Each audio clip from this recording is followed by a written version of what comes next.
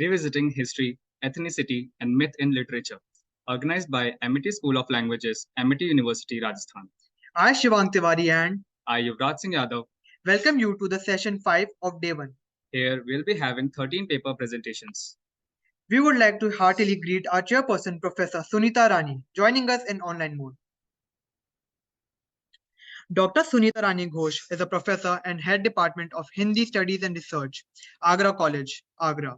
She was visiting scholar in the Department of Asian Languages in University of Washington, Seattle, USA during 2003 and 4.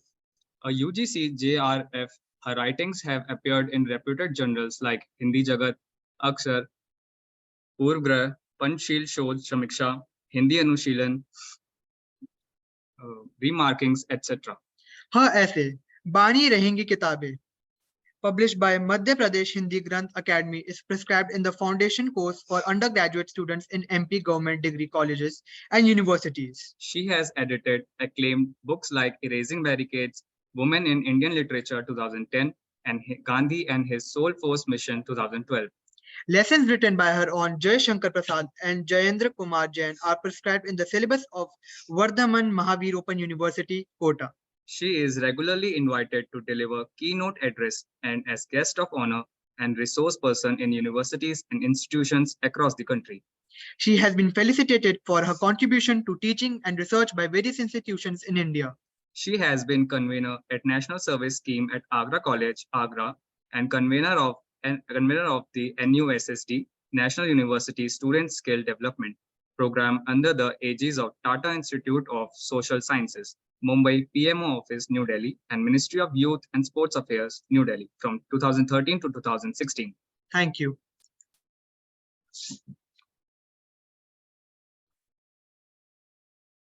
Should I start? Yeah, yes, ma'am. Just a second, ma'am. Sure. So now we'll move towards the paper presentation. Our first paper presenter is Himanshi Hirchandani. Himani Hirchandani. Yes, sir. Okay, ma'am. Just a second, ma'am. हो गया sir, start हो गया.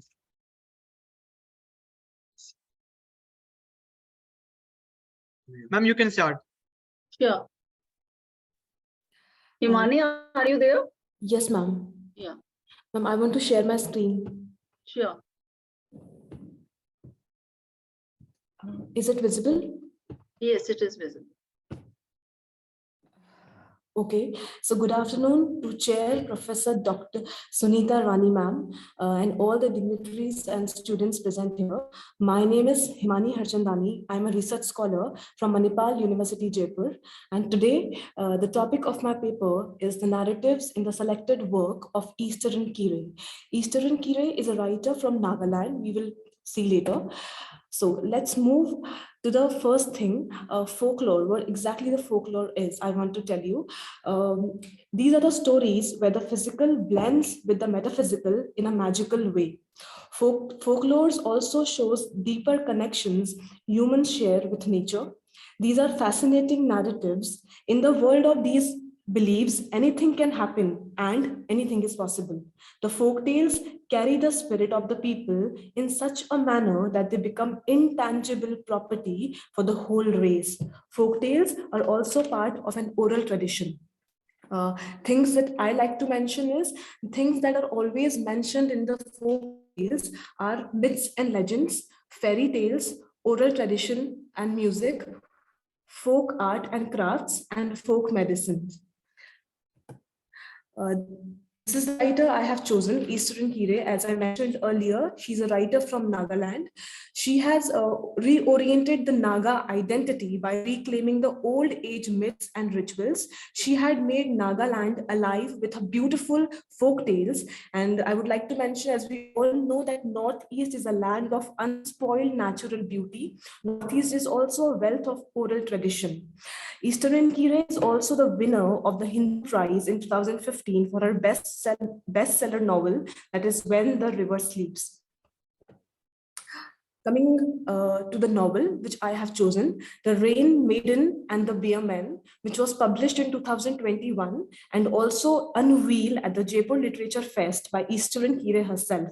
So it is a novella. It is a collection of short stories representing the oral narratives from the people of Nagaland in Northeast India.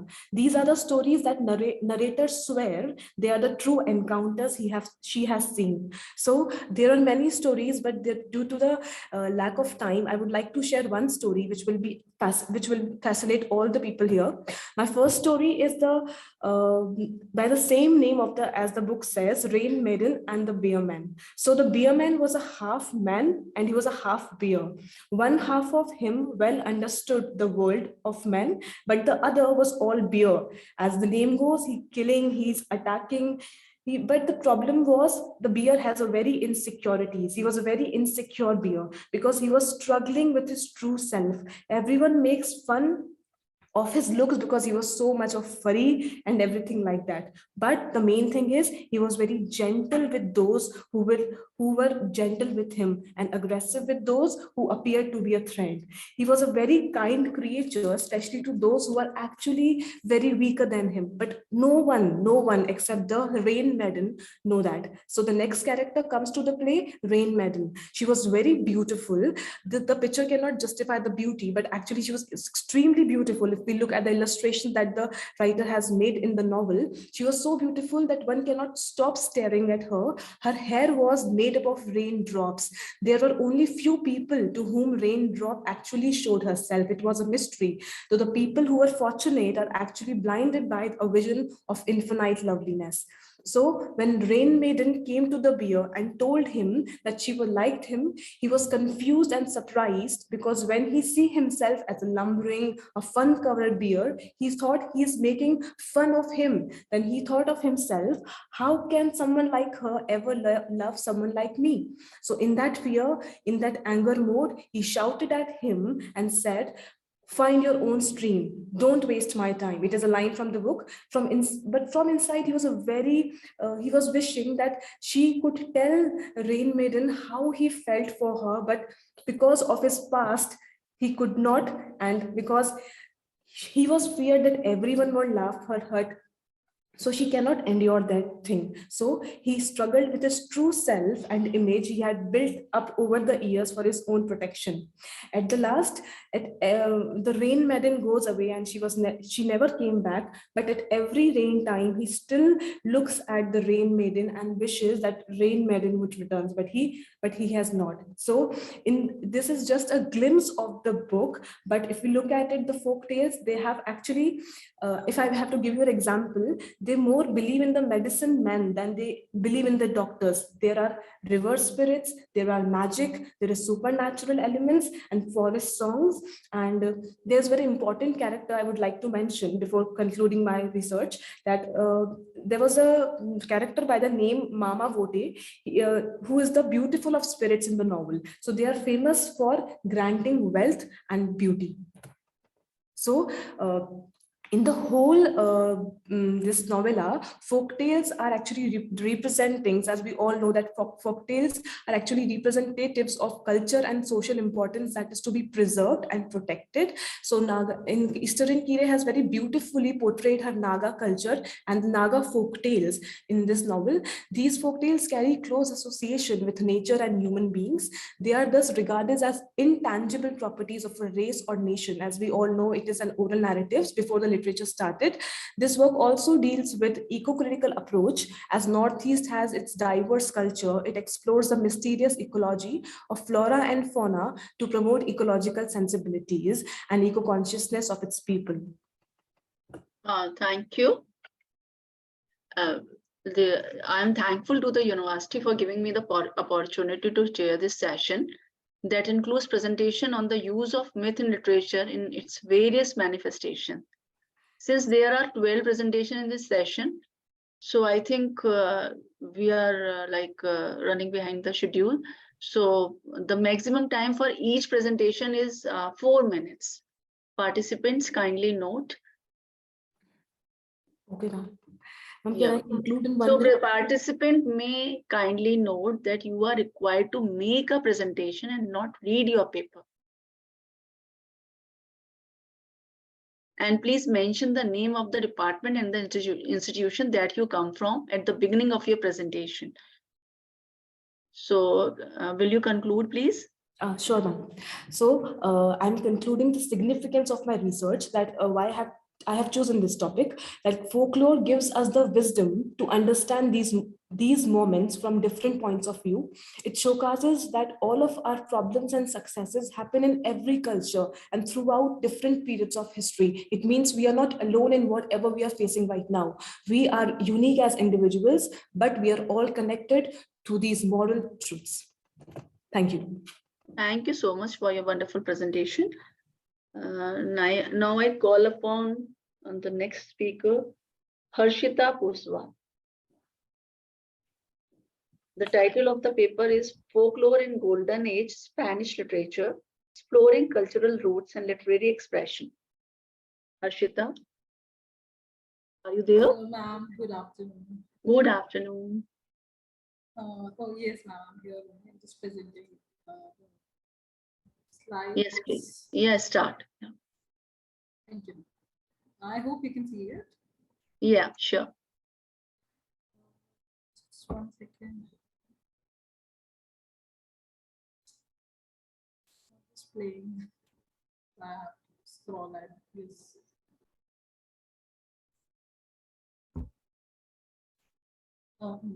Good afternoon, everyone who's present here. My name is Harshita and I'm a research scholar in Spanish. I am also a guest lecturer in University of Delhi in Spanish only. It is an honor to stand before you all today and present my topic, which is Folklore in Golden Age Spanish Literature, Exploring Cultural Roots and Literary Expression. So Golden Age is a remarkable period which is stretching from the late 15th to the early 17th century, witnessed the rise of literary giants, which is, for example, we can say Cervantes. I hope everyone knows about Cervantes already. So the agenda of my presentation is that I'll be introducing then how folklore's role, what is the folklore's role in literature, reflection of society's values, and all of this, moral lessons and critique, folklore's enduring legacy, famous authors and their works, impact on modern literature, folklore elements in golden age literature, the evolution of folklore, and concluding finally. So talking about the golden age, as I said, it stretches from 15th to 17th century. So in the golden age, Spain stood at a historical crossroad, a time marked by exploration, conquest, religious fervor, and the forging of a unique national identity. But beneath these complex historical influences lay the timeless tales, myths, and legends that have been passed down through generations. The folklore that would become an integral part of the literary landscape of the era. So folklore is important because it tells us stories about, not just stories, but it is kind of a history that we get through those stories or those folklore or those literatures. So that's what I think it is important. So folklore, deeply embedded in the roots of a society, serves as a profound mirror reflecting the values, beliefs, and moral fabric of a culture. In the context of a golden age Spanish literature, the utilization of folklore as a vehicle to convey societal values was a prevalent and impactful literature technique, as we all know. So this theme is just to talk about all of this. So folklore consists of oral traditions, folk tales, myths, legends, and customs which have been deeply intertwined with the identity of Spanish people for centuries. So in Spanish, in Spanish culture, there is a thing wherein they present or act with certain stories, which are folklore stories and all. So that is also a thing in Spain. So what is the folklore's role in the literature is that literature derives some of its content from the folklore. Now, these regional variations showcase the unique history, the folklores showcase the unique history, geography, and experiences of different communities with the country. Despite this diversity, folklore served as a unifying force, connecting Spaniards through shared tales, symbols, and cultural practices. So folklore often encapsulates deeply ingrained gender norms and expectation, and these are mirrored in the literary works of the period. Spanish folklore, like folklore in many cultures, often reinforces traditional gender roles, which is, of course, we are just changing towards that. We are not working for gender roles, we are working for equality. But what I'm talking about the folklore. So tales frequently feature heroines in need of rescue, reinforcing the idea of male heroism, while female characters are relegated to passive or victim roles. So folklore is a reflection of societal values, also provides a platform for critiquing moral hypocrisy. These tales often expose the double standard and moral contradiction that exists in the society. Authors of the Golden Age use folklore elements to highlight these inconsistency and challenging the prevailing moral order. While folklore often serves as a mirror uh, and critique of societal values, it also functions as a source of cultural pride. It embodies the unique heritage, traditions, and identity of a culture, which is actually very important, because if we forget our culture, how things used to be earlier now, because in India, if we consider the Indian people only, we have forgotten a lot of things which were there earlier and which are actually equally important that we are doing now. So it is a mirror. It serves as a mirror. It also functions as a source of cultural pride. It embodies the unique heritage, traditions, and identity of the culture. And authors of Golden and Spanish literature celebrated these aspects of folklore in their works.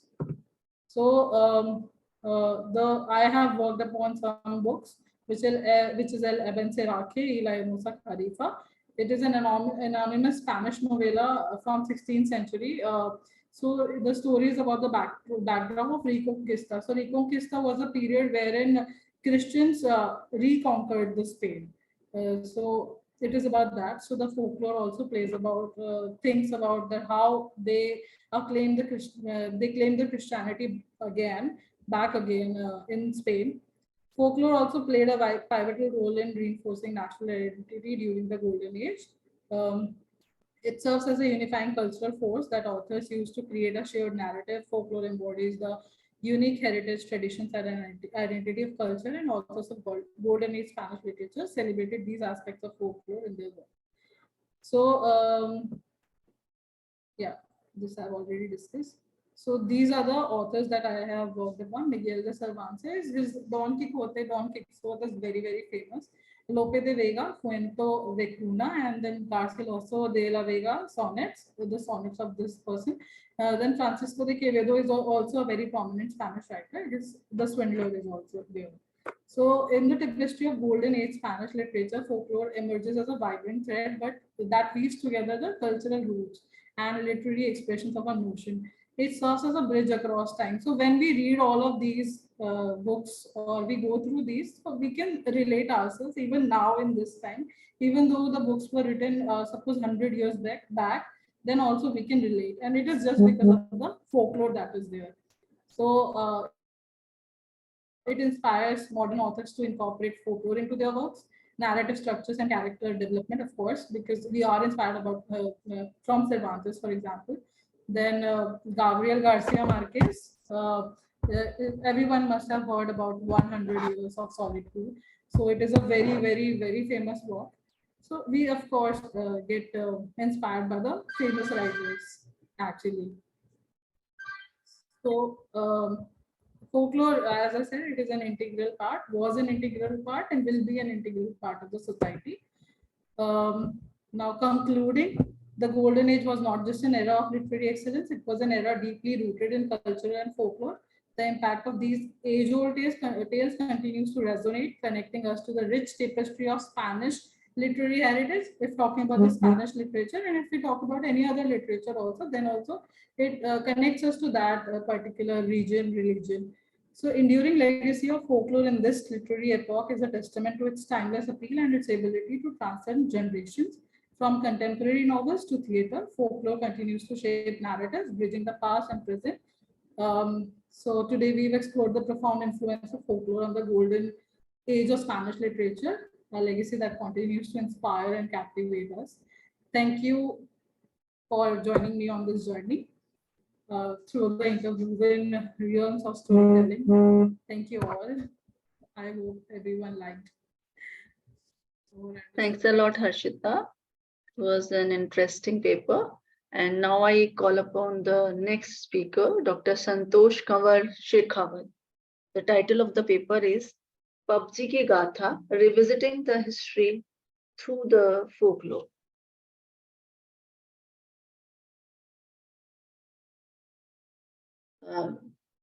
Santosh, kindly unmute. Yeah, thank you. Thank you, ma'am. Respected chair and erudite scholars, I'm Dr. Santosh Kumar Shekhawat from Maharaja Ganga Singh University, Bikaner. My paper is titled Babuji Ki Gatha, Revisiting History Through Folklore. In this paper, I have tried to explore how a simple folk hero from history achieves a cultic status of folk deity through the process of deification and reserves a permanent place in public memory through Gatha narration. I'll skip the introductory part wherein I have tried to justify my choice of the term Gatha over its closest English equivalent term ballad. And I've also tried to build the conceptual framework by defining the key terms. I straight away come to the findings. We all know that Rajasthan has produced numerous heroes who have worked for the emancipation of poor and downtrodden sections of society and for various other causes. These folk heroes, local heroes, they continue to be worshipped even today. And so much of literature has been written about their heroic deeds. And these heroes, in due course of time, they underwent the process of deification and came to be recognized as Lok Devta or folk deities. Pabuji, Gogaji, Tejaji, Ramdevji, etc. are some of the popular folk deities of Rajasthan. Again, keeping in mind the temporal constraints, I'll skip the portion dealing with the intricacies of deification process and the various categories of folk deities. Now coming to the life story of Pabuji. The story of Pabuji is drawn from Pabuji Rivad, written by Mohto Nainsi in his Mohto Nainsi Khayal in 17th century. So in that particular Khayal, Pabuji is represented as a 14th century warrior hero hailing from Dhandal Rajput clan of Marwar. His father ruled over a village named Kolu, and he had a brother and two sisters named Sona and Pema. As it was quite popular during those times, the ruling classes, they were in constant strife with each other. So Khichis of neighboring kingdom had encroached their land, to evict which a battle was fought in which Pabu participated as a young boy, and he killed Jindrao Khichi's father. So due to this, he was in bad terms with Jindrao Khichi. So later, to pacify Jindrao's anger, he even got his sister Pema married to Khichi, but this could not pacify his anger. So this Gatha not only delineates the clash of clans between martial communities for acquiring power, but it also exemplifies the politics of power balance. Pabu's father and Jindrao's father are in constant strife, and Pabu's sister Pema is married to Jindrao as an act of mollification. This Gatha also exemplifies that marriages in ruling classes, they were meeting grounds for intervention of politics and socio-cultural rituals. The kings and feudal lords got their daughters and sisters married into powerful families, as marriages in ruling class have been a part of political strategy of alliances and expansions. Pabu's sister Pema's marriage to Jindrao is likewise politically driven. And later on, Pabu's niece Kelamde's marriage to Goga, who is again a folk deity of Rajasthan, is an example of what Ramanujan calls the Indian Oedipus or the negative Oedipus, and Devdutt Patnaik terms this as Yayati complex. Now, why Devdutt Patnaik calls it Yayati complex? The reason is that it so happened that once Goga, who is again a folk deity, he was prince of the Dreva, and Pabu, they got into a competition. Both of them were displaying their miraculous feats, and unfortunately, Pabu lost to Goga. And as a gift, as a prior condition that they had laid before getting into that competition, Pabu got his niece married to Goga in spite of the big age difference between the too. So now again coming back to the original narrative, Pema's marriage to Jindrao could hardly curb his fury and reconcile him to his brother-in-law Pabu. So now, because Pabu did not receive a very good welcome from Jindrao, so his actions invite similar reactions in Pabu. So as a reaction, Pabu does not invite him to his own marriage when he's about to marry. Now the wedding festivities of Pabu, they began in pompous way. And because it was, very popular to go to wed the bride with all the pomps and displays. So Pabu, finding no mare of his match in his own cavalry, he borrows Kesar Kalmi, the swiftest of all mares, from a lady named Deval Charni. And this mare was supposed to take care of the cows of this lady. So he promises that if there is any danger, he will definitely come to her rescue in case of danger. So when he goes to marry Sodi at Umarkot, infuriated Jindrao finds an opportunity to seek revenge through invasion. And as the invasion of Jindrao reaches Pabu, he severs his nuptial knot. He was actually only half of the wedding was complete. So then and there he severs his nuptial knot and rushes to back to the place to rescue the cows of the lady from whom he had borrowed that mare. And at the young age of 24, he falls martyr in that war, and he was canonized as Bhumya, a folk deity. So as a folk deity, he is not only popular in Rajasthan, but also in the adjacent states of Rajasthan. So he's more popular among the cattle rearing communities of Western Rajasthan, and his songs, gathas, tales, and anecdotes have crossed the boundaries of and reached the adjoining states of Haryana, Punjab, Malwa, Kutch, and Saurashtra Sindh province in Pakistan. It has in fact crossed international boundaries. He's presiding deity of Raika, or the Rebari community, which is a camel rearing community of Rajasthan, and other Very sorry communities. to interrupt you. Very sorry to interrupt you. Kindly conclude, please. Okay, ma'am. Okay, sure. So I'm almost at my conclusion. Okay, So okay. this Gatha, when it is studied from various perspectives, it concludes that a historical hero hailing from history, due to his heroic qualities, he could achieve the cultic status of folk deity.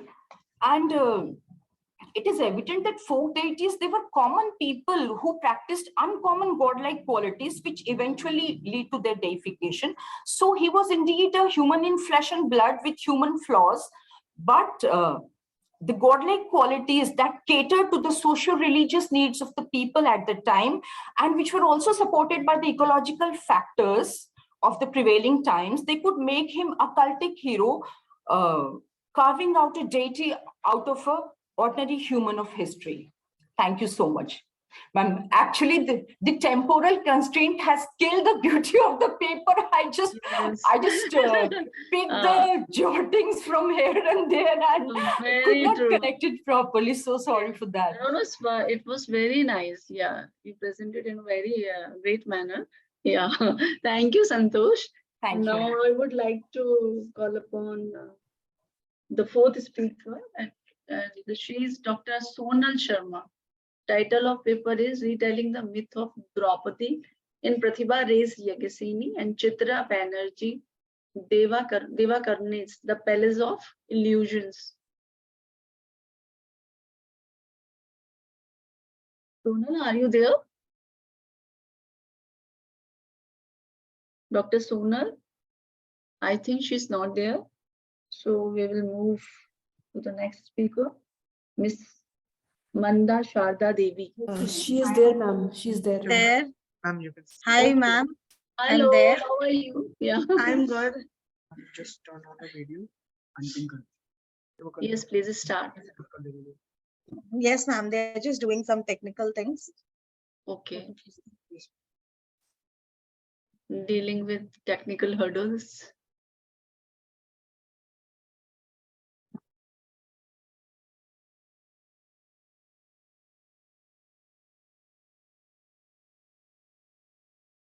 Excuse me, ma'am, can I start my presentation? Excuse me, ma'am.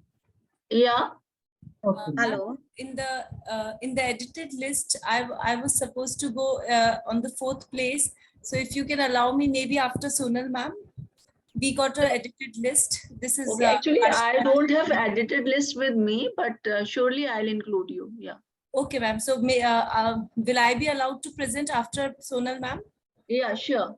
All right. Thank you so much, ma'am. What is your name? Good name? Rama Hirawat. Yes, Prashi Kaste and Rama Hirawat. Prashi will be presenting the paper, ma'am. Okay. Thank you so much, ma'am. Thank you. Shall I start, ma'am? Is my screen visible? Ma'am, I don't know, there is some problem. Somebody is actually presenting a screen. Okay. Madam is called me. Shall I continue, ma'am, or shall I stop? Between you and like, you can just ask her. This is Sharada. The same. Sharda, you have to wait for a minute. Okay. Okay, ma'am. 1 minute. Now Sonal is presenting. She is again not visible. On camera. Yeah, she's there. Okay. Good afternoon, ma'am. I'm Sonal, Dr. Sonal Sharma, Department of English, JCRC University. And the topic of my paper is retelling the myth of Draupadi in Pratibha Rai's Yajna Seni and Chitra Banerjee Divakaruni's The Palace of Illusions. Okay. Due to paucity of time, I'm not going to go deep in my paper, but yes, I'll be touching upon the important points of my paper.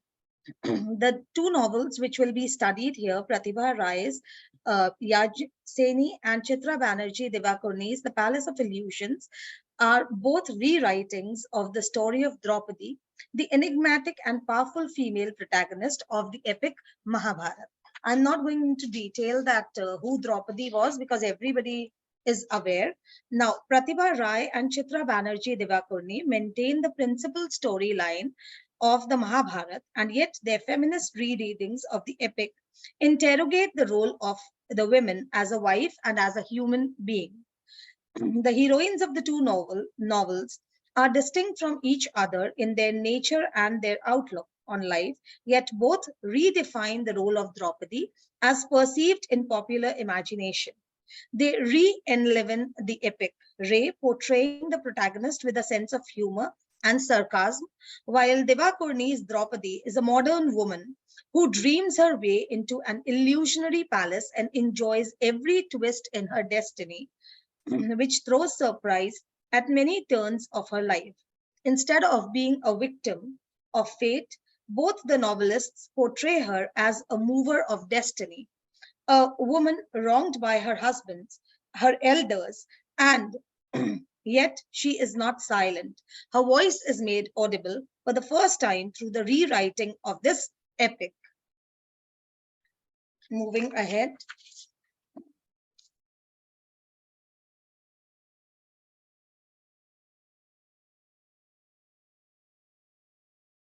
Now, both the novels reveal the independent character of Draupadi, which itself is a leap from the Hindu traditional way of thinking about a woman. Even goddess, more powerful than the human female, are rarely seen as wielding power independently on a male counterpart. As Bose observes, quote, in traditional Indian society, even powerful goddesses are seldom imagined, just as mortal women are seldom imagined as single, self-determined persons, unattached to a male figure. In Hindu religious thought and practice, particularly, it is evolved in its evolved form. A goddess is always linked to a male figure as his mother or wife or daughter or sister, which suggests that her identity rests on her relationship with males, with rare exception. Unquote. The duty of the wife is to follow the ideal of goddesses such as Sita Lakshmi, and therefore to follow her husband in the life and even after lives. Since the very beginning of the novel, Ray's Yajna Seni reflects on her role and dharma. Quote, my birth was not from my father's seed, but from the sacrificial altar built for fulfilling a vow. From even before birth, I was destined to avenge my father's insult. I was going to be a weapon for preserving dharma on this earth and destroying the wicked. It was for this that I was born. Should only women be forced to be a medium for preserving dharma and annihilating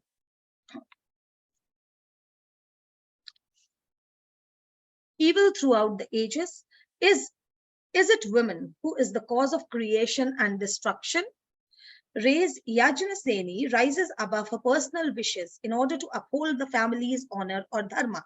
Time and again, betrothed to Arjun, she faces a dilemma when a Brahmin youth appears to win the competition at her wedding ceremony and wins her hand. Her brother reminds her in the court, not for Arjun, but for preservation of dharma, has your birth taken place. It is to dharma you are offered.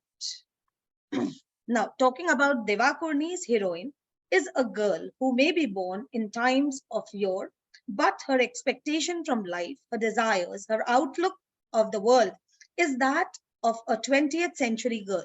While in Ray, Draupadi is a cherished youngster, full of admiration for her father. In Devakurni, the father is cold, haughty figure, and Draupadi, even as a teenager, despises his motives and his palace.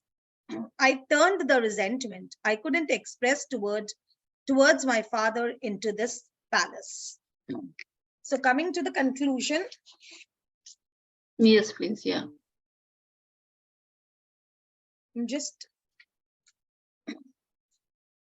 Both the novels evolve around the story of the epic Mahabharata and redefine the idea of Draupadi being a woman like any other human being with her opinions, desires, and expectations from life for which she had to challenge the notion of Stri Dharma, that is, woman's dharma. While popular mythology and religion define Draupadi as the ideal wife, a suffering woman who obeyed first her father, her brother, then her husband, these two novels endow her with a voice of her own. If not rebellious, yet unrelenting in her questioning, the novels differ in their treatment and style. While Ray's Yajna Seni is a regal, wise, and patient queen, engaged in a spiritual quest, Krishna being her ultimate friend and master, to whom she dedicates her desires. Devakurni portrays a spirited, young, impatient, and yet strong woman who is perhaps by fate, but who has the tenacity to persist in her own path of liberation from a society which misunderstood her. The narrative structure and tone of Yajna Seni is serious, grey, the story going to and fro, the present and the past, thus allowing self-reflection and philosophical afterthoughts on its subject matter. Devakurni has modeled her novel in a quasi-chronological manner, interspersed with stories recounted by other voices, such as the Daima or Krishna, who substantiate the narrative with stories of the past and forebodings of the future. The novel abounds in dialogic conversation, while Ray's work is replete with reflective monologues. Thank you. Thank you, Sonal. I again request to all the participants, due to tight schedule, kindly stick to 5 minutes only. Now I call upon next speaker. And the next speaker is Rama Hirawat. Rama, Yes, are you there? Yeah. Yes. Okay, Prashi will, I think, present the paper. Yes. Prashi is going to present the paper? Yes, ma'am. Okay. You're welcome. Yeah. Please start. Share my screen.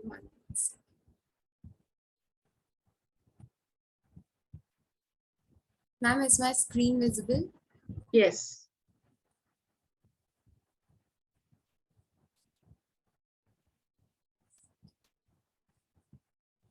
Okay.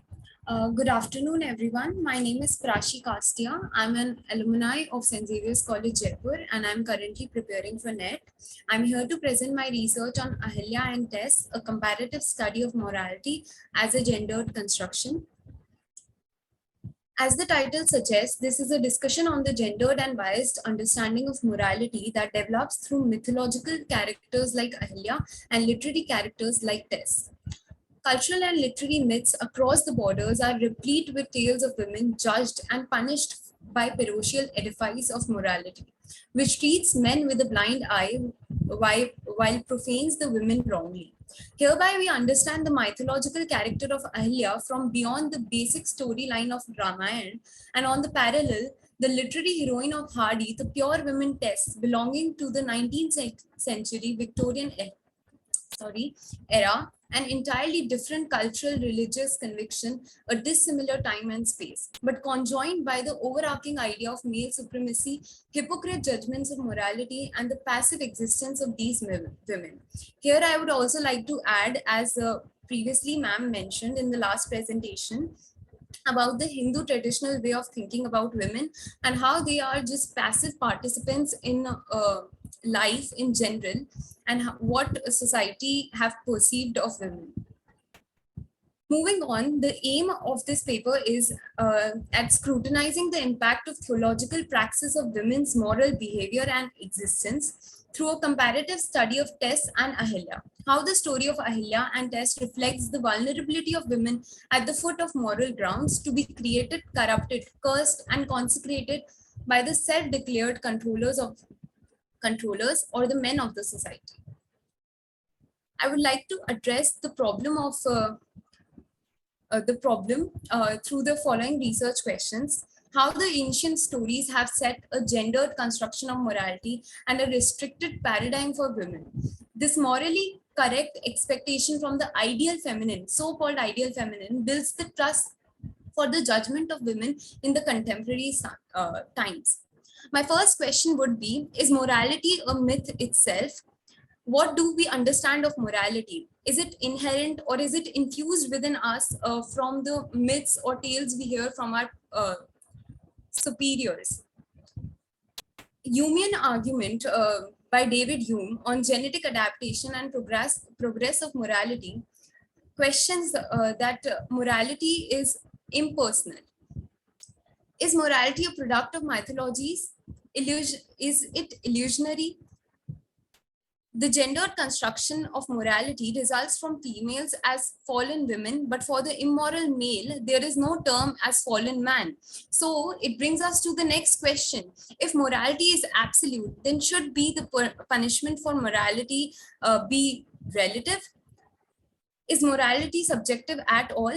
Gendered construction of morality, the manipulative social order that objectifies moral codes and conducts for the marginalized genders in specific context to the binary male and female. To answer this, the paper attempts to explore this gendered construction through the tale of Ramayana's Ahilya and Tess of D'Urberville's by Thomas Hardy. The cultural myth imposing moral responsibilities over just women and to view women as puppets. The research paper has been divided into 4 sections to evaluate the structure of morality and its contemporary repercussions through each incident of Ahilya's myth, as in Ramayana, and chronologically comparing it to Tess's story from the novel of Thomas Hardy's Tess of D'Urberville's A Pure Woman. My 4 C's are created, corrupted, cursed, and consecrated. If we compare the stories of Tess and Ahilya, we see that both of them have been created by a man. A man creates an ideal woman. A man creates a pure woman. A man creates an endowed woman. She is made by a man. She is not made by her own theory, her own story. Then we move on to the corruption. So who corrupted Ahilya? Was it Indra who corrupted Ahilya? Or was it the creation of Brahma that corrupted Ahilya? Or was it Gautam Rishi's bad decisions that corrupted Ahilya? Who corrupted Tess? The society, her family, who pressured her to move into a place without any awareness about life.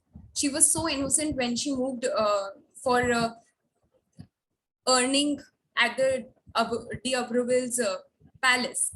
So who corrupted Tess? The disguise of Indra, the mischief of Alec, Ahilya's duties as a wife? Was Ahilya corrupted by her own moral responsibilities? Or was Tess corrupted by her own responsibilities as a daughter?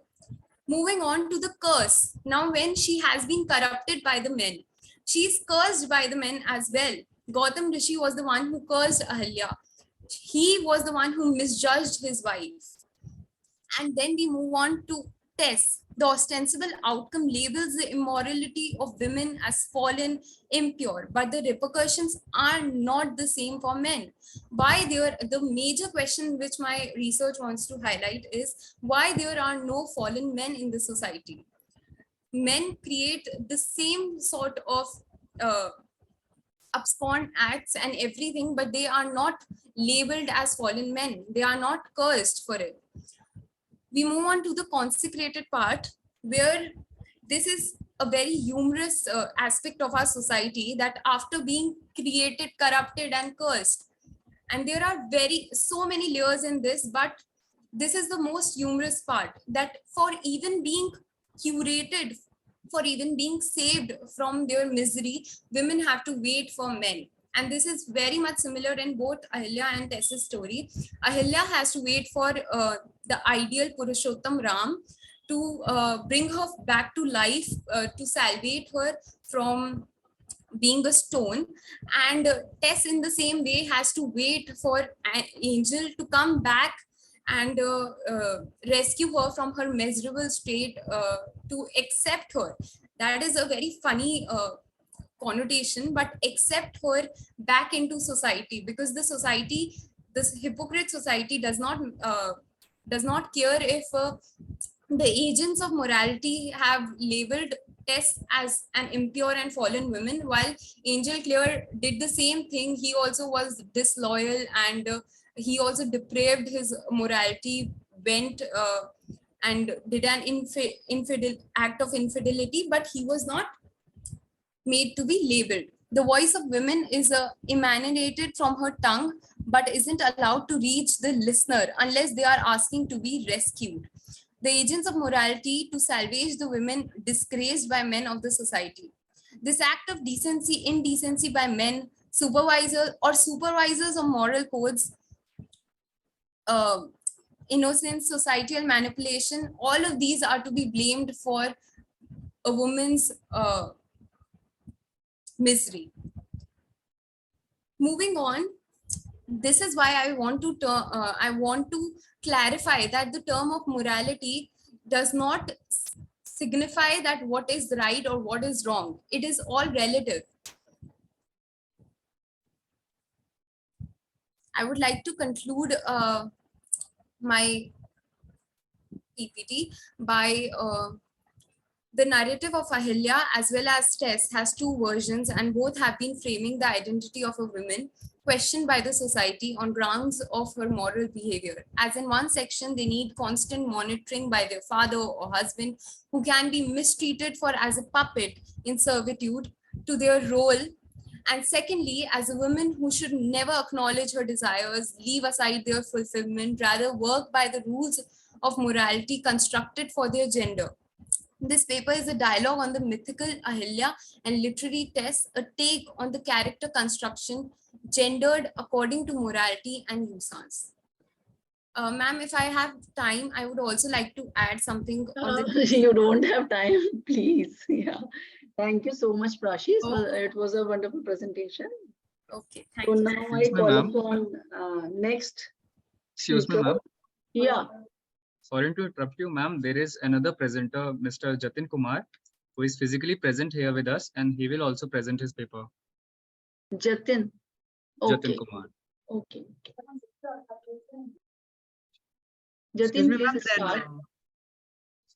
ma'am, we just want to ask you what will be his presentation number, right now or in the last, after all the presenters been all with us online? Who, Jatin? Yes, ma'am. Yes, ma'am. Yeah, we can put him on the last. Okay, ma'am, no problem, ma'am. Okay. Okay, thank you, ma'am. Thank you. So now I call upon Miss Manda Sharda Devi. And start sharing my screen. A warm good evening to Sudha ma'am and my fellow presenters. I am Sharada Devi, research scholar, PFSCR Dimitri University and Assistant Professor of Sri Vishnu Engineering College of Women. And the title of my paper is Social Conventions and Identity Crisis in Kavita Kane's novel, a study. This is the structure of my presentation. And coming to the introduction, Kavita Kane is one of the most prominent feminist mythological writers, and her novels dwells into the intricate narratives of social conventions and identity crisis, reinterpreting lesser-known female characters from Indian mythology.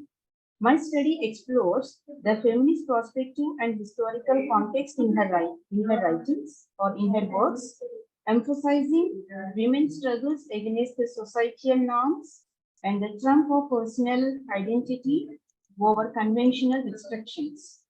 Kane narrations challenge stereotypical depictions of women, promoting their strength and resilience. My research is a comparative analysis of two selected novels by Kavita Kane, Ahalya's Awakening and The Fisher Twin Dynasty. Background of my paper is Kane's approach is unique, especially in Indian mythology. Because of that, she sets her apart from other writers. She focuses on marginalized women figures and employs historical revisionism to shed light on their experiences, voices, and work. This approach challenges traditional norms, empowers women, and contributes to a re-evaluation of women's historical roles in society. And coming to literary review, Kane's mythological retellings provide a researching and empowering perspective and showcasing strong and independent female characters who challenge gender norms. Her works are part of a broader movement in literature that seeks to challenge patriarchal norms. She stands alongside other authors like Shashi R.K. Narayan, etc. in historical revisionism, but Kane's focus on female characters distinguishes her. Her storytelling is a powerful tool for raising awareness about women's voices in history, encouraging the evolution of traditional narratives. Coming to the objectives, the main objective is to find out the feminist themes in her novels and to analyze the selected novels from the feminist perspective, and last but not least, how to explore and examine the aspects of subjugation and identity crisis in the characters of selected novels of Kavita Kane. And coming to methodology, I employ an explanatory approach which focuses on two of Kavita Kane's novels, Ahalya's Awakening and The Fisher Twin Dynasty. It utilizes literary analysis and feminist perspectives to delve into the themes of women's struggles, societal constraints, and identity crisis. The key concepts of my presentation is feminism in literature and objectification of women, gender norms and stereotypes, female resilience and empowerment, subjugation and societal constraints, and historical revisionism. And coming to the analysis of the the novel explores the character Ahalya, challenging societal norms that commodify women based on physical appearance. Ahalya's life is marked by traditional expectations, and she is married off despite her aspirations, highlighting the subjugation of women.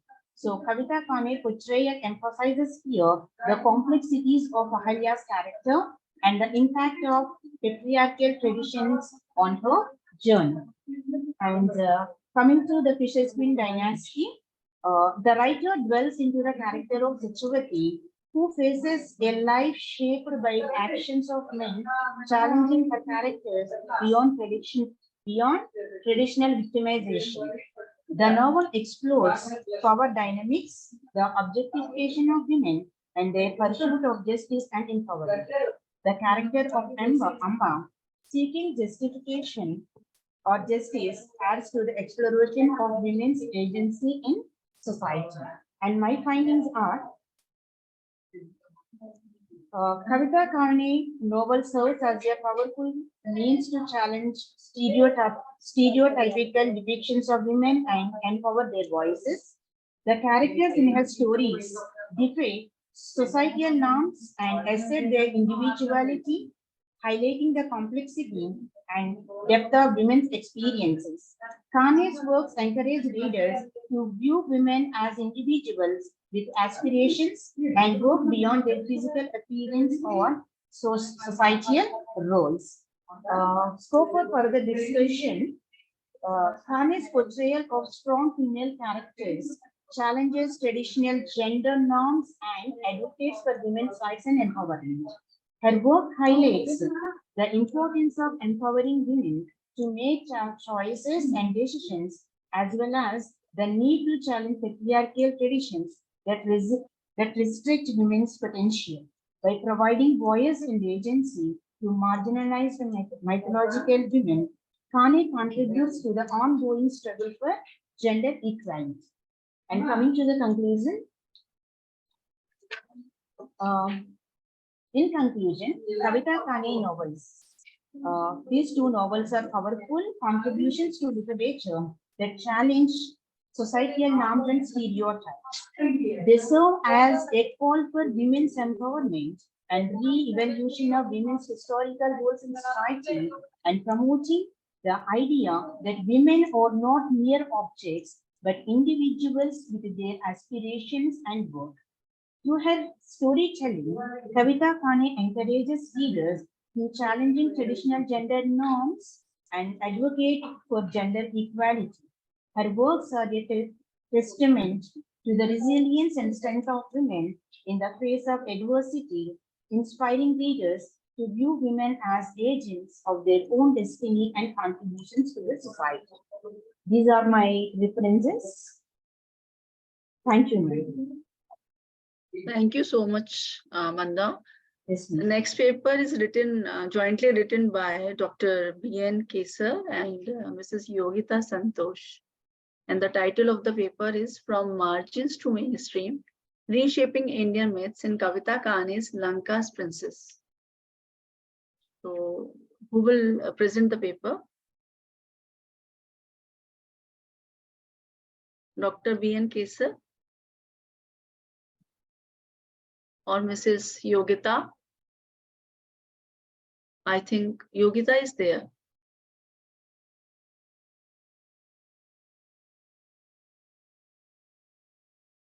Yogita, are you there?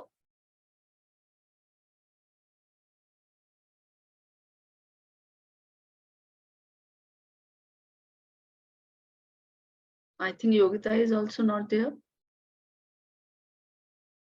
Now I invite next speaker, Gitanjali Multani. The title of the paper is Revisiting History, Ethnicity and Myth in David Maloff's An Imaginary Life. Good evening, ma'am. Good evening. And Good evening. Very good evening. I'm Gitanjali Multani from Government Degree College, Palora in Jammu. And the title of my paper is Revisiting History, Ethnicity and Myth in David Malouf's An Imaginary Life. In this paper, I propose to study David Malouf's An Imaginary Life as a novel that makes use of the history and myth of Publius Ovidius Naso to explore and comment in a very subtle manner on the current modern world scenario from a post-colonial perspective. David Malouf is an Australian writer. His works explore themes related to identity, cultural displacement, and the connection between individuals and their natural surroundings. So his novel is a captivating exploration of the complexity of history, ethnicity, and myth as seen through the eyes of the exiled poet Ovid in an ancient Roman world. This paper delves into Malouf's masterful storytelling, which weaves together themes of identity, cultural transformation, and transformative power of myth in a poetic and introspective narrative.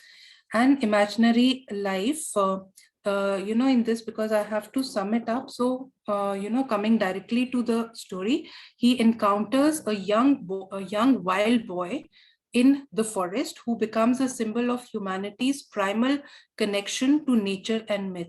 Through their unique bond, Ovid begins a transformative journey, challenging his own notions of self and society. David Malouf's exploration of history is deeply nuanced as he contemplates the impact of cultural encounters on individual and collective identities. Ovid's interaction with the local barbaric tribes lead him to confront the limitations of Roman civilization and the richness of indigenous traditions. As the child embodies the untamed essence of humanity, Malouf emphasizes the importance of understanding the diverse fabric of history and ethnicity. So I'll come to my conclusion and finding. So through a post-colonial and mythical analysis of David Malouf's An Imaginary Life, my final conclusion or comment or finding is that the novel highlights that the post-colonial ideology of creating the other has been existence, since antiquity, and it exists even today. By placing Ovid, the greatest poet of ancient Rome, in a pre-colonial situation, David Malouf is in fact defamiliarizing modern man's psyche to show that this is not the natural order of existence. Through an analysis of the three layers of existence, the primordial, the primitive, and the civilized, represented through the child, the village of Thomas, and Ovid, David Malouf embarks on a search for man's true identity and the question of existence through Ovid and the child metamorphic journey that finally highlights this. This is what my finding is, that it highlights the cyclical nature of all existence. Towards the end, Ovid finally understands the child's world, but not before he has initiated the child towards his own world. So I have attempted to analyze the novel beyond a post-colonial interpretation, finding a new meaning.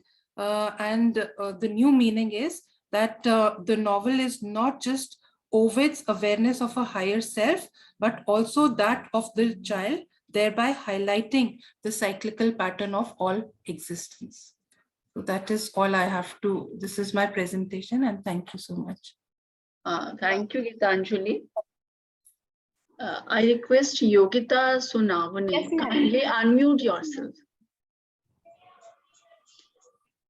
Kindly Ma'am. unmute. The other one is still, kindly unmute yourself.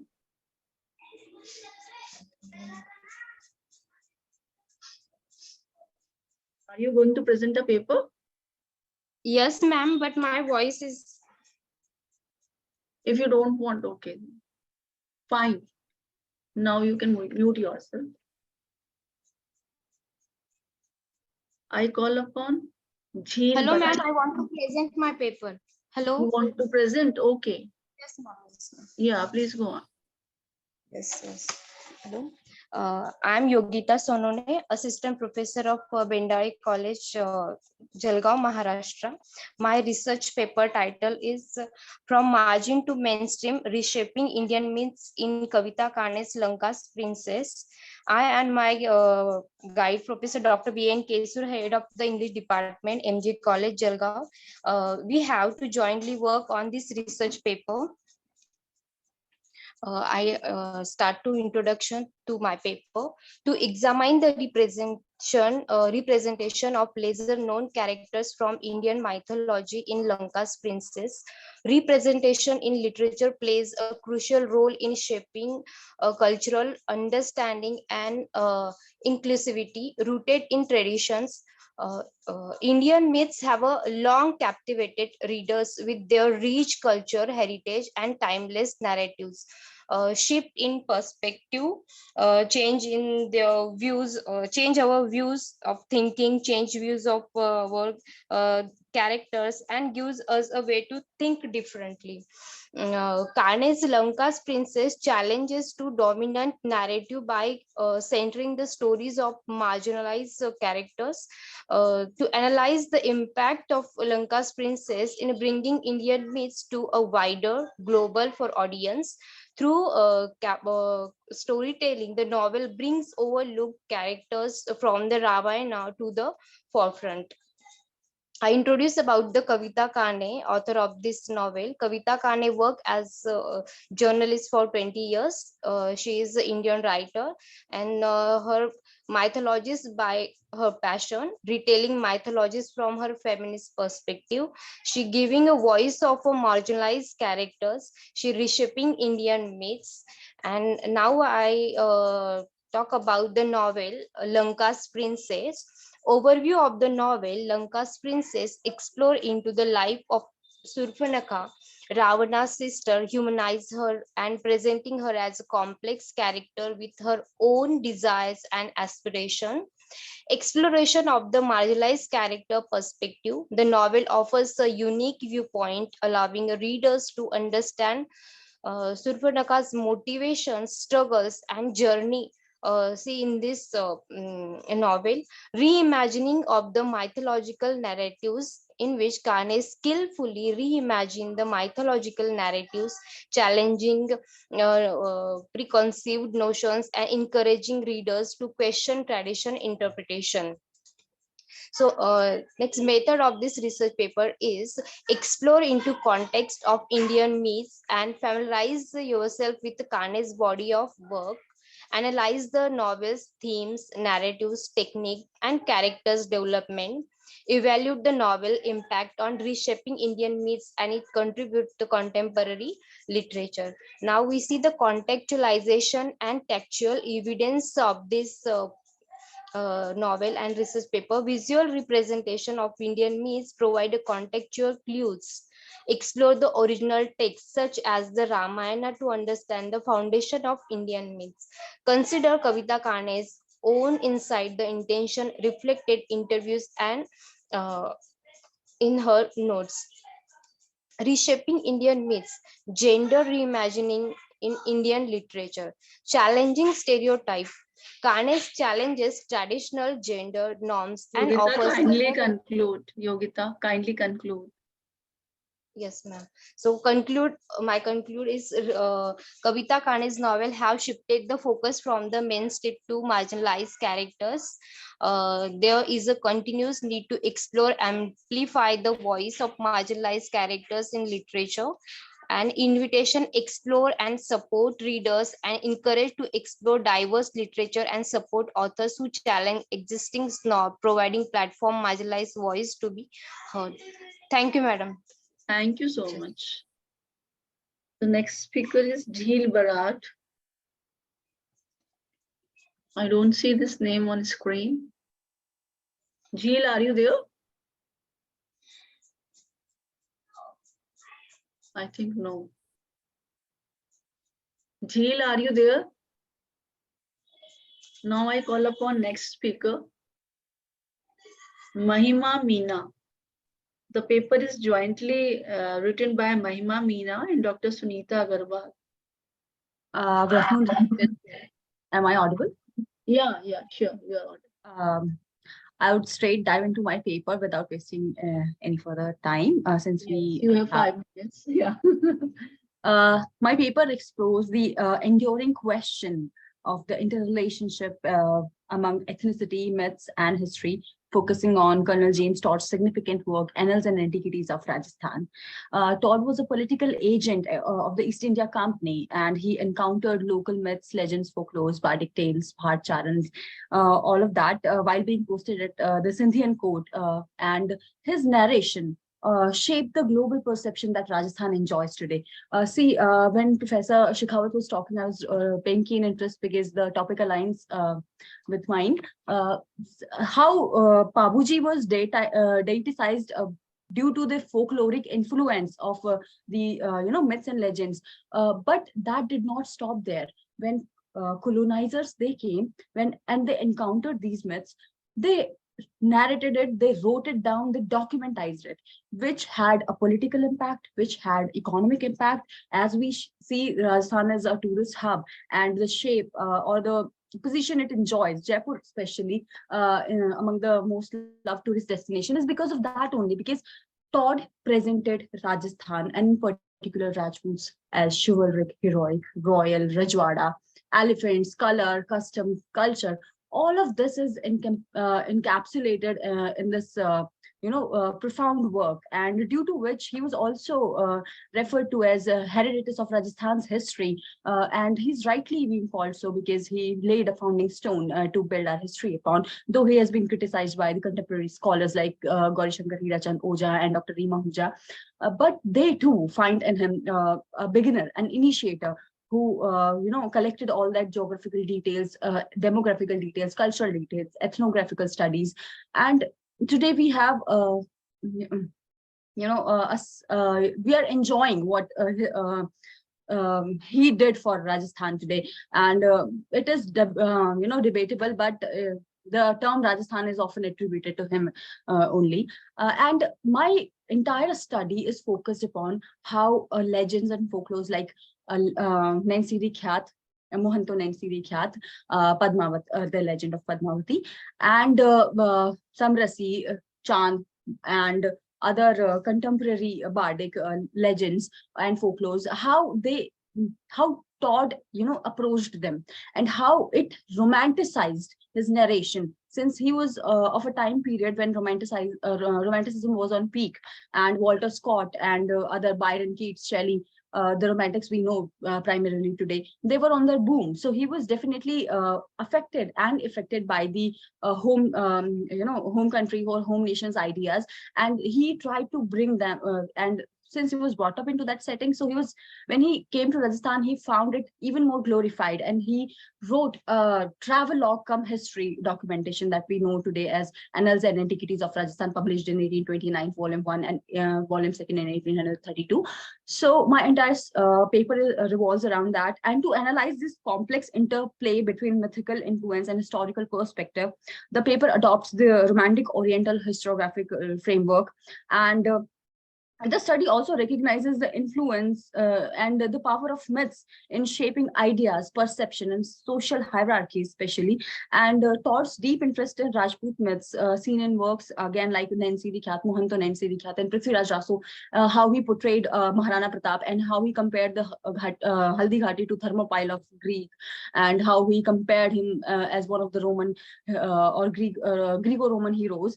So this is what my studies surrounded with and focusing on. So I'll give myself a halt now, and in conclusion I would like to say that this seminal work, this magnum opus of Colonel Todd's, it not only shaped the then history, or the contemporary, it did not just initiate a history, it initiated a political debate which ended in the 1832 parliamentary debate between James Mill and James Todd, and how British East India colony policies should be framed, and they were framed accordingly later on.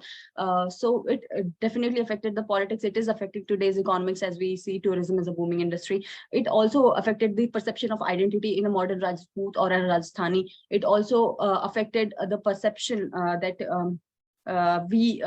how we define ourselves, how we define our culture, how we relate to it. So in conclusion, I would like to say the understanding of this mythical land and his ultimate narration of it led to not only the preservation of the vernacular history of Rajasthan, but also the defense of native princely rights in British Parliament, about which we read in our history books today.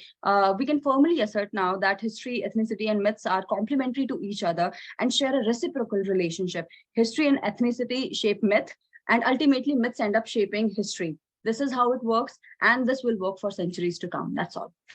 Thank you so much, Mahima. Thank you. The next speaker is Parul Bhateja, and the paper is written jointly by Parul and Dr. Mohit. Good evening, ma'am. Good evening.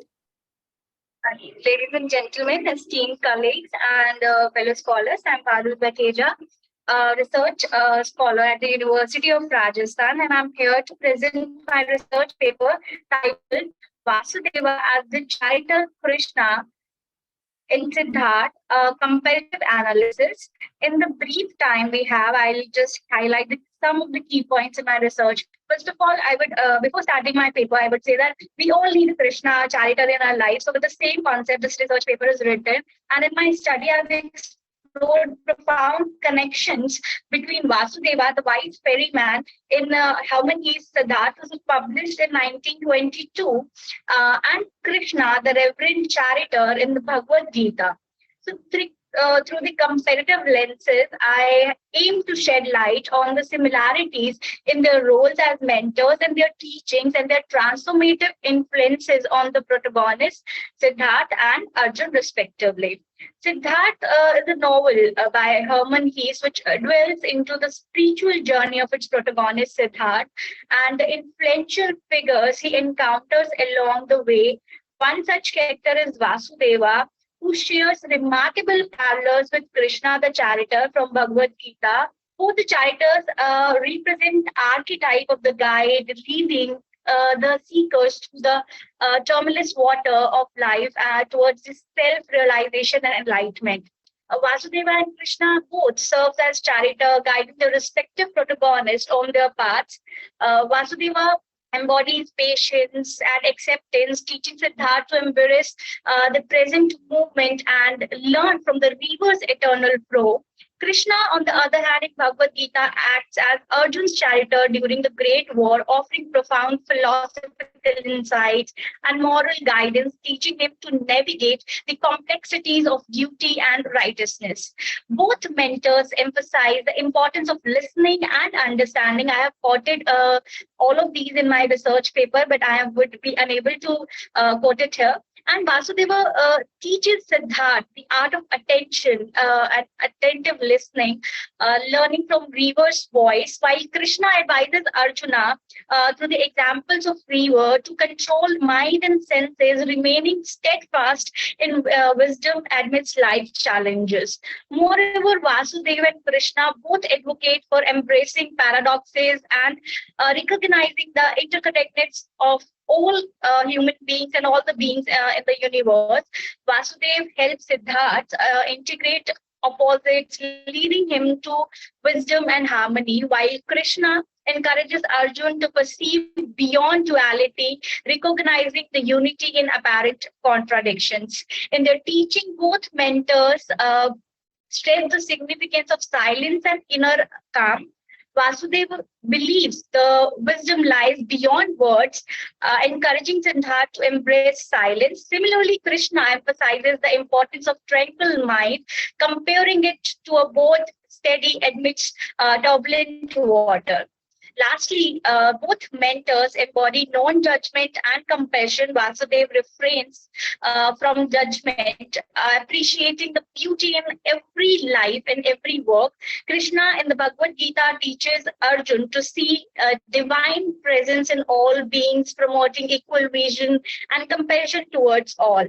So in the conclusion, I would say that the parallels between Vasudeva and Krishna underscores the universal wisdom embedded in their characters. Through their guidance, Siddharth and Arjun embark on transformative journey and teaching as valuable lessons about self-realization, compassion, and interconnectedness of all existence. Thank you for your attention. I hope the brief overview piqued your interest. Thank you so much, Paru. Okay, thank you. Now I invite the next speaker, Libin Matthew Kulkarni, Kulirani, Yes, and ma'am. Dr. Saji KS. Yes, ma'am. Let me just share my screen. Libin Matthew is there. Hello. Hi. I hope I'm audible. Yeah. Okay. Yeah, you are on. Okay. Good afternoon, everyone. I'm Libin Matthew Kulirani from St. Thomas College, Korancheri, Kerala. My paper is titled Musings on Mahabharata, Mapping Trauma Archetypes in the Great Epic through the Retelling Jaya by Devdutt Patnaik. My aims are to understand if there are any trauma archetypes in Mahabharata, and also to get a better understanding of these traumatic archetypes in Mahabharata. Let me skip through a couple of. Okay, so Jaya is a 2011 work by Devdutt Patnaik, where it is a retelling of Mahabharata, where Patnaik takes stories not only from the classical Sanskrit, but also from regional and folk variants from across India and even Southeast Asia. Patnaik has also included a lot of his drawings in Jaya, based on drawings based on Mahabharata in Jaya. I have included a couple in the presentation as well. Moving on to the main content, I would like to present a few trauma archetypes that I recognized. The first one being exile or exodus. It is a very Mahabharata and Jaya is full of stories of exile. The couple of them being that of Yadu and Pandavas. Yadu is the son of Yayadi, who refused to give Yayadi his youth and they accept Yayadi's old age. The most important exiles in Mahabharata is that of Pandavas, who had to leave twice. Both these stories, the exile begins in a tragic event. Yadu was kicked out from his kingdom by his father, and the Pandavas were betrayed by the cousins. Even their successors had to go through the experience, the results of their exiles. If you look at exile from the perspective of the dissociation theory, exile seems to be a time of dissociation that gives the characters time and space to restore their dissociated memory. Another aspect, another archetype that occurs recurringly is that of sex, birth, and lineage. In studies of mythology in general, sex and birth stands for renewal of something or even prosperity. In Jaya, the act of sex, conception, and birth stands for the birth of a traumatic experience. One of the first instance of a birth or a traumatic birth is that of mentioned in Jaya is that of the 4 birds who were born in Kurukshetra. Who were born in the Kurukshetra, and they were, even though they were protected, they had to experience everything that was happening during the war. Another traumatic birth perhaps is that of Bharata's adopted son Vidaha, who was born from rape and was later abandoned by the parents. Even Vyasa's own birth was through an act of coerced sexual act between Rishi Parasar and Satyavati. There are several other births that I could mention, but these are a couple of very few births that were very traumatic. The third archetype that I recognized is reincarnation or rebirth. More often than not, reincarnation happens as a result of a curse or a blessing, and these are often preceded by a terrible incident. Jaya gives several examples of the same. The 8th Vasu is reincarnated as Bhishma for the crime of stealing Vashishta's cow. This birth was preceded by the murder of 7 Vasus by their mother Ganga.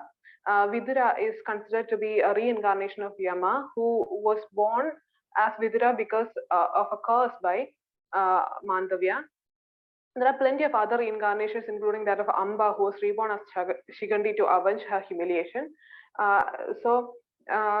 If the trauma is not addressed and adequately reacted to, the issues won't get solved, and these issues will remain until the trauma is addressed. And this addressal in many cases happen in the form of reincarnation.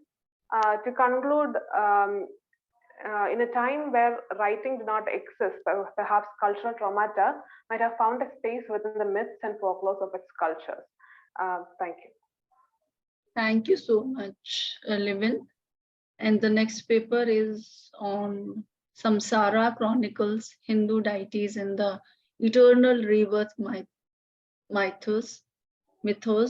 And the paper reader is Vachilata Joshi.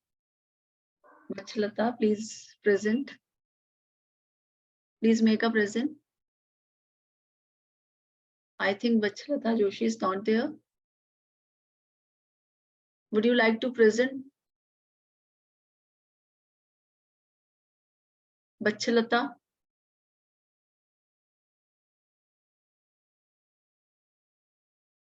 I think she is not there. Now the last paper is, the name was, I think, Miss Jatin.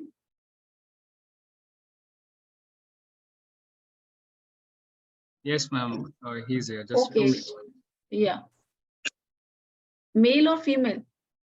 He's male. Male, okay. Now I call upon Mr. Jatin.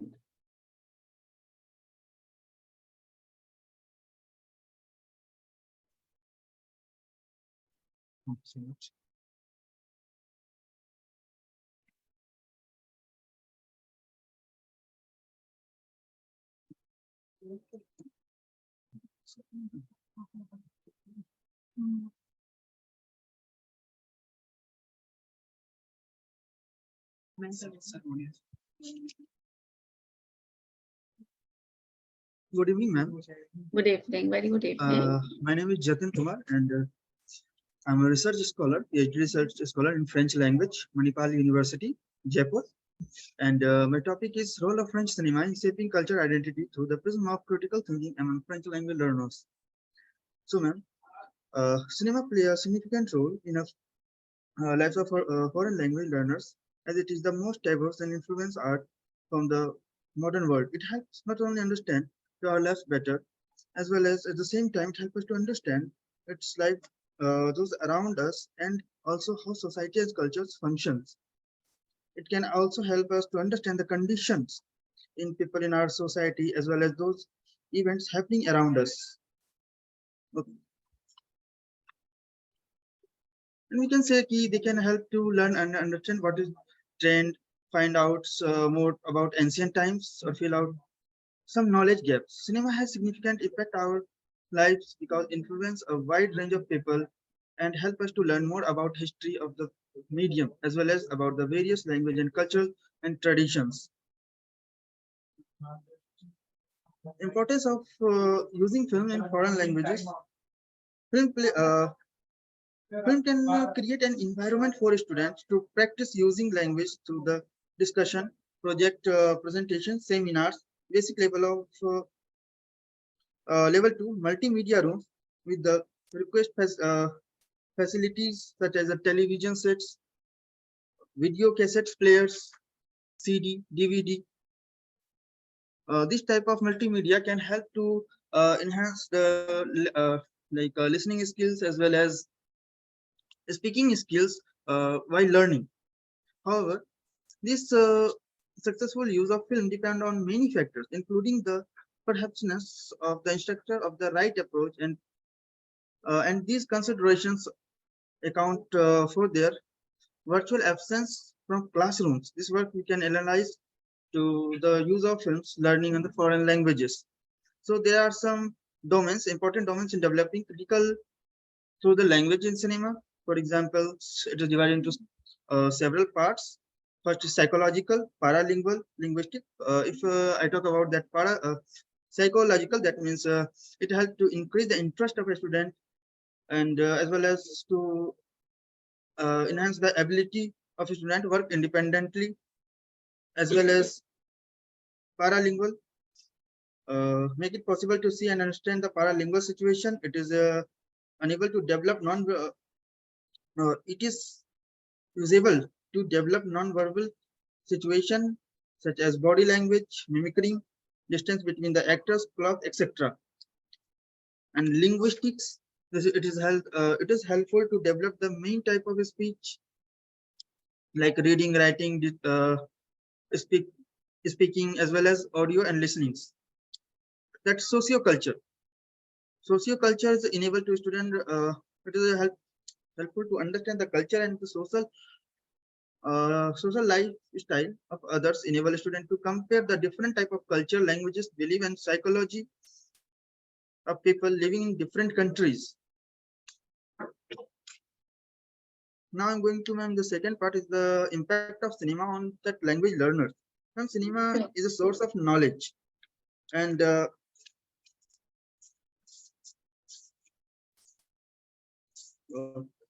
is one author, her name is Kirti Kulhari. She said that cinema is a mirror, a sharp reflection of society.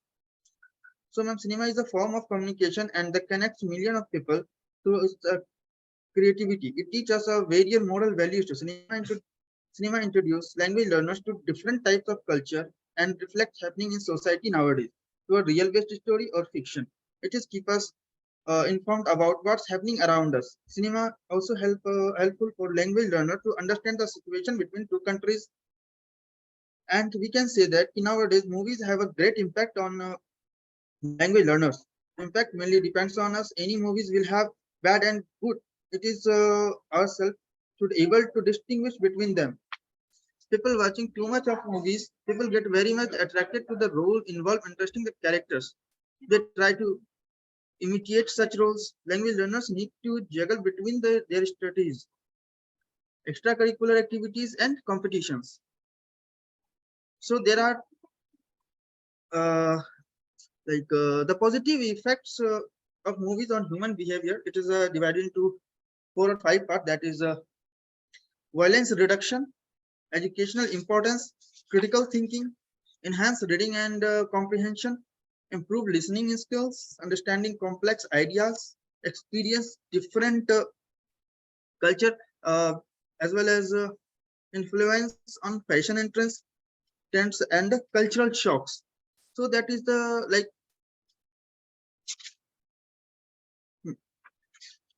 during learning any foreign language, any new foreign languages.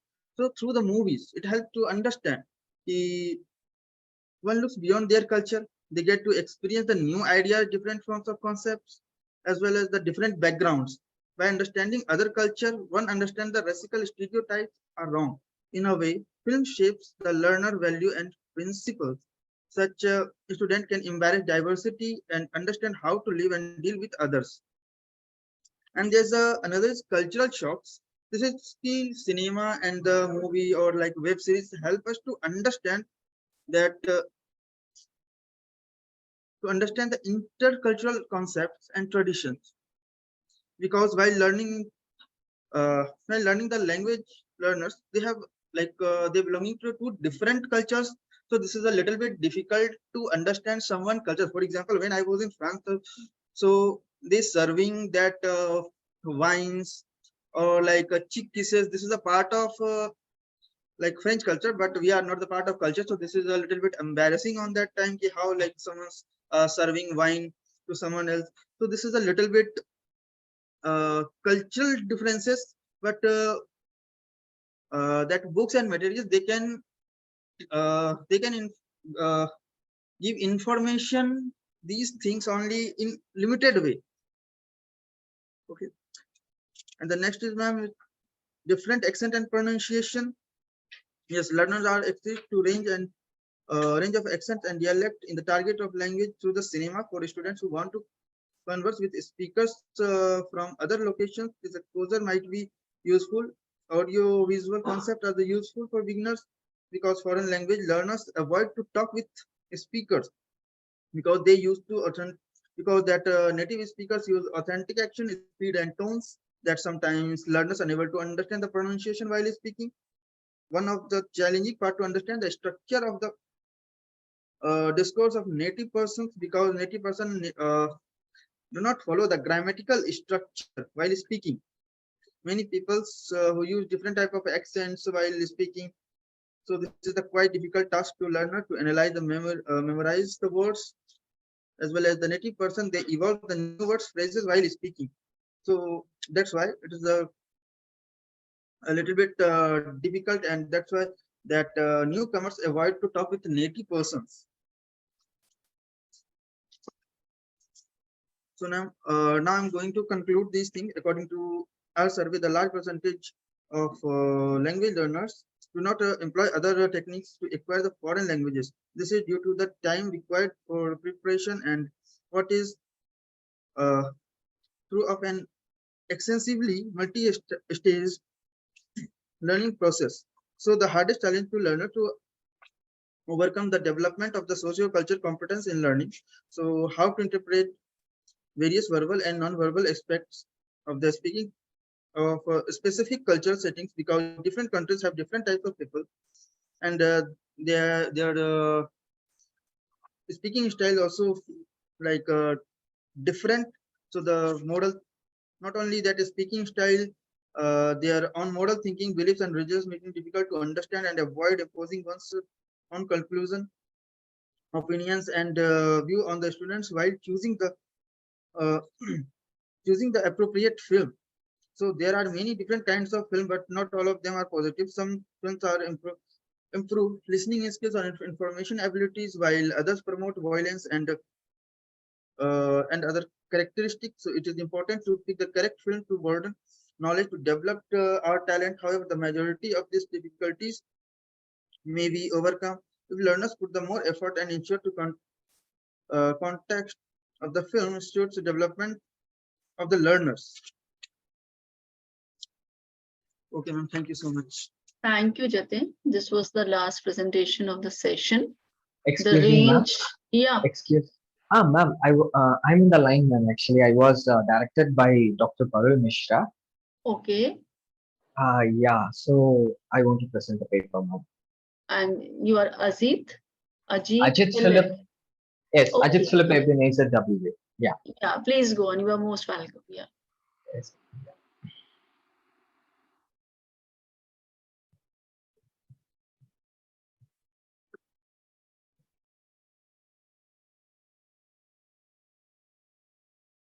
Ma'am, hope my screen is visible. Yes. Yes. Hi, good evening all. I'm Ajit Philip Ebenezer. I'm going to present the paper entitled Prejudice, Discrimination and HIV Crisis Against Homosexuals in the Normal Heart by Larry Kramer.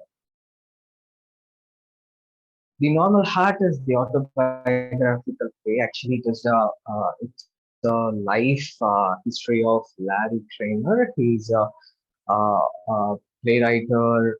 He is criticizer. He is one of the social awareness worker. So he wrote this play. It's focused on the rise of HIV or AIDS epidemic among gay men. It's between 1981 to 1984. It is a very primitive period of HIV in the United States. So I'm going to focusing the prejudice and discrimination of gay men in US and revisiting the history of HIV crisis in those periods.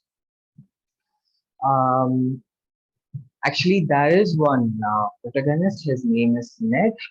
He formed a team called Gay Men's Health Crisis. The whole play will roll around this association. They form one team and they work for gay who is gays who is positive for HIV. Let's start like this. Maybe I shall meet him Sunday, maybe Monday, maybe not. Still, I'm sure to meet him one day. Maybe Tuesday will be my good news day. It is the song lines which is from the Normal Heart film. Actually, they inspired by this play and they took one movie too. So it's showing the the inner thinking and the thought process of every gay man, that they are going to meet his or her better half some other day. Hope they are longing for love, to be with someone. So no wonder it is roll around love throughout this play. These are the lines which is felt by Ned. It is gone like I'm sick. I simply cannot allow that any longer. I will not speak to you again until you accept me as your equal. Your healthy equal, your brother. It is a it is a conversation between Ned and his brother. It is a core emotion of every gay man. They are hate by relatives, they hate by society, in the name of sin and taboo. They are discriminated. They they are not treated as the normal human. So it is mentioned as straight world. It is so stereotyped. It sounds like male chauvinism. Straight world, which means state is nothing but the one of the that's a sexual orientation who is having attract towards opposite gender. So still that stigma is exists that um, still people are telling like it's love is for just men and women. Actually, that is not even same pole can attract each other. This is also the dialogue of Ned. I'm afraid to be with him. I'm afraid to be without him. I'm afraid the cure won't come in time. I'm afraid of my anger. I'm terrible leader and he's his lover. Actually, Ned's lover, he was suffered with HIV. So as a partner, he's telling it's a kind of solidarity. He's blabber himself like I can't be with him and I can't without him. Like the people who is going to lose their partner, they will go through this trauma. you know even they got anger towards government that they didn't took any steps to research on HIV. So it's gone like this. It is the dialogue which is spelt by one of the government authority. His name is Hiram. He is mayor actually. Sorry, assistant of mayor. He said like, okay, there are 500,000 gay men in North India. 509 cases does not seem so high, considering how many of us, I mean of you, there are. See, see the inhumanity sentence which is spelled by that guy. These government or the officials, they are more into count. If it's gone around million, billion, and trillion, they will take steps. If it is 500 or 1,000, it is up to pop up. They don't take any steps. They don't take steps in the beginning. If there is something happen to the normal people, it will become a big issue because of the majority. These people who are gays, they are minority. They are discriminated. In those time, people thought HIV is a homosexual disease. So there's a stigma. Still it is existing. These are the lines from the movie. It was spelt by Tommy in the movie. Okay. We are losing an entire generation. Young men at the beginning just gone. They just don't like this. It just sounds like the straight world does not like them. Like they don't like humans.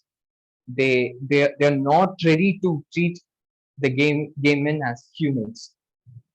So there is a some stigma there. Still it exists. These are the dialogues which is spelled by Mickey. Mickey is one of the member in that organization. He spelled like a dormant virus, single virus, new virus, old virus, multivirus, partial virus, Latin virus, mutant, retrovirus. So it's having a lot of variants too. These people who is working for gay men, they know the reality. They are on the ground, right? So they are telling to the government that these kind of mutations are there. Kindly gone through this. Kindly try to research on this to find out the cause. Then only they can search for the medicine. Even till now, we are not having the authentic medicine to cure HIV. Still, it's going on. Researchers are going on. So So it sounds like Cuba, black, amoebas, pigs, mosquitoes, monkeys, Uranus. These are the taggings on those days who is having a lot of myths. Some people said like it is a kind of Uranus. Uranus is a one of the symbolizing the sky in the myth. Okay, so they created a lot of myths. It's spread through the pigs, mosquitoes, amoebas, needles, poppers, voodoo, drugs, and all. Okay, yeah, there are some ways it can, but the reality is different. Just kissing won't spread the HIV. Just touching don't spread the HIV won't spread. There are a lot of myths in those times. Let me skip some pages. Yeah. This is the dialogue which is spelled by Emma. She is a lady doctor. She was the one of the well-wisher of those gay men who is treating those men. So she felt like take them, just do something for them. Like she took all the steps. She took she applied and wait for 2 years just to just to research about HIV. Just just to research about the HIV. It took 2 years to show off those frozen bloods and all. She submitted everything, but the officials who are on the higher grade, they are not ready. Actually, the reality is in that time they government appointed one doctor to research on HIV, but he didn't research well. He don't having that potential even. They just stolen those money. The people who are on that higher grade in those times, they stolen money. They bribe like anything in those times. So it just sounds like this. Like even just to research on those people, they are not ready. Government is not ready to give the funding. It's felt like this. This is the end part of the uh, play. It was conducted by Emma. Actually, Ned and Felix got married. Felix is a boyfriend of Ned, as I said. So he is in hospital. He gone words and words and words. So she said, felt like we are gathered here in the sight of God to join together these two men. They love each other very much and want to marry in the presence of their family before Felix dies. I can see no objection. So this is my hospital, my church. Did you like that? So they said both say yes, and Felix died with on the Ned's arms. So the stage becomes so dark and dark and dark. It is it is symbolizing the rate of HIV gone hell. In 1986 only, Ronald Reagan announced the HIV as an epidemic at the first time. So they took this as a top priority, but no wonder still now people are dying till date. We 36 million people were died in HIV. Statistics states 6,000 people are newly infected every day with HIV. Let me conclude like this: like gay men deserve love, and they deserve to be treated equally to us. There is no discrimination. They are also loving each other. They are having equal rights. Day before yesterday, there was a judgment from our Supreme Court of India. They denied to get married. Like gay men can't get married. Still the fight is going on. They're having equal rights to be in the status of wedding. And I'm concluding like this: like HIV people who are suffering, yeah, they did a mistake, and because of that, they are suffering. But we are not the people. We are not God to judge them. We are not in the position to judge them. Everyone having their personal space. We should not cross them, and we should not discriminate them. If if if the people can't like, just neglect, just avoid. There's no need to criticize. There is no need to tell like, yeah, this is deserved for you. You did that, right? So this is deserved for you. People are telling, till now they are telling. uh Till people are telling that, yeah, let them die. You know, this is not the way the society should be constructed. People should love each other but not hate it. Thank you so much for your patience. Thank you, During Azit, for your insightful presentation. Thank you so much, ma'am. If there is any We are query, already very late. thank you. So the range and variety of topics discussed in this session has been truly amazing. I congratulate all the participants for bringing to light their perspective on the use of myth and ethnicity in regional, national, and international literature and culture. Your scholarly papers have enriched the conference. Wish you all the best in your future endeavors. Thanks a lot, and I'm thankful to the university for giving me this golden opportunity to chair this session and to be with you all. Thank you. Thanks a lot. Thank you, ma'am.